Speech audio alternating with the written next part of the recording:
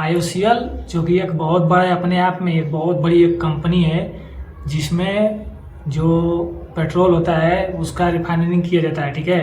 LPG भी gas का refining किया जाता है, ठीक है। इसकी बहुत बड़ी कंपनी है, तो इसी की बहुत बड़ा टॉपिक है, इसी के बारे में चर्चा करेंगे। वीडियो को अंत तक देखिएगा, ठीक है। तो IOCL में बात करते हैं कि जैसा कि मैंने थंबनेल लगाया है कि IOCL में जॉब कैसे पाएँ, ठीक है। तो सबसे पहले मैं बात करना चाहता हूं कि अगर आपने ITI अगर डिप्लोमा अगर किया हुआ है, ग्रेजुएशन और BTech किया हुआ है, तो IOCL में आसानी से जॉब पा सकते हैं, ठीक है।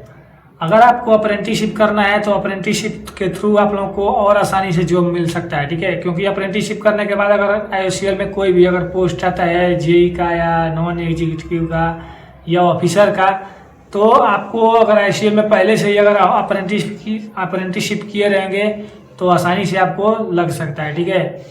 तो सबसे पहले बात करते हैं कि IOCL में जॉब कैसे पाएं। तो उसके लिए आपको क्या करना होगा कि ITI डिप्लोमा या ग्रेजुएशन BTech की आपके पास कोई ना कोई क्वालिफिकेशन होना चाहिए, ठीक है। अगर आपको अप्रेंटिसशिप करना है तो अप्रेंटिसशिप करने के लिए आपको ITI डिप्लोमा ग्रेजुएशन और BTech आपका अगर कंप्लीट है तो आपको, अगर ITI किया है तो NAPS से आपको अप्रेंटिसशिप किया जाता है, जो कि 1 वर्ष का होता है, ठीक है। डिप्लोमा अगर आप किए हैं, ग्रेजुएशन किए हैं, BTech किए हैं, ठीक है, तो इसका जो होता है NATS यानी नेशनल अप्रेंटिसशिप ट्रेनिंग स्कीम की तरफ आपके मतलब अप्रेंटिसशिप किया जाता है, वो भी 1 साल का होता है, ठीक है। तो ये जो नौकरी होती है वो ये कोई 1 साल का ट्रेनिंग होता है, इसमें कोई बड़ा जॉब नहीं होता, ये परमानेंट जॉब नहीं होता, ठीक है।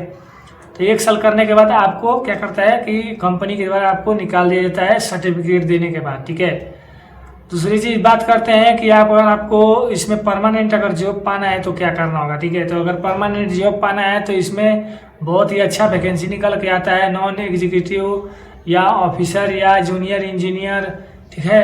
तो ये ऐसी सब बड़ी बड़ी भर्तियां निकल के आती हैं, तो इसको आपको आवेदन करना होगा, ठीक है। आपके पास वो क्वालिफिकेशन होना चाहिए, ITI डिप्लोमा ग्रेजुएशन या BTech आपके पास होना चाहिए, ठीक है।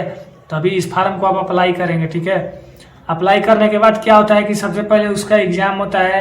अगर आपको नॉन एग्जीक्यूटिव का अगर आपको एग्जाम देना है, तो आपको अगर जूनियर इंजीनियर का एग्जाम देना है तो डिप्लोमा आपका होना चाहिए, अच्छे से तैयार होना चाहिए डिप्लोमा, ठीक है। उसका एक CBT एग्जाम होता है, कंप्यूटर बेस्ड टेस्ट होता है। उसके बाद आपको एग्जाम देने के बाद आपका कट ऑफ आता है। कट ऑफ के दौरान आपका अच्छा नंबर रहेगा। मान लीजिए अगर 100 नंबर का प्रश्न है तो आपका कम से कम 75 प्लस उत्तर सही रहना चाहिए, तभी आपका नाम कट ऑफ में आएगा, ठीक है। उसके बाद कट ऑफ आने के बाद आपका सिलेक्शन प्रोसेस स्टार्ट हो जाता है, ठीक है। उसके बाद आपका क्या होता है कि डॉक्यूमेंट वेरिफिकेशन होता है आपको, ठीक है। डॉक्यूमेंट वेरिफिकेशन के बाद आपका मेडिकल जांच होता है कि आप परफेक्ट मेडिकल में मतलब अच्छे हैं कि नहीं, आपका आँख का जांच होता है, सब कुछ चेक किया जाता है, ठीक है। उसके बाद आपका ज्वाइनिंग लेटर आता है, ठीक है, तब आपका अच्छे से सिलेक्शन हो जाता है, ठीक है। सैलरी अगर बात करें, सैलरी भी बहुत ही अच्छा खासा मिलता है। अगर आप अप्रेंटिसशिप कर रहे हैं तो अप्रेंटिसशिप में सैलरी 9,000 से 12,000 तक ही मिलता है, जो कि 1 साल का होता है। ITI वालों को तो 9,000 मिलता है, ठीक है। डिप्लोमा और ग्रेजुएशन वालों को थोड़ा अच्छा मिलता है, 11-12,000 रुपये मिल जाता है, ठीक है।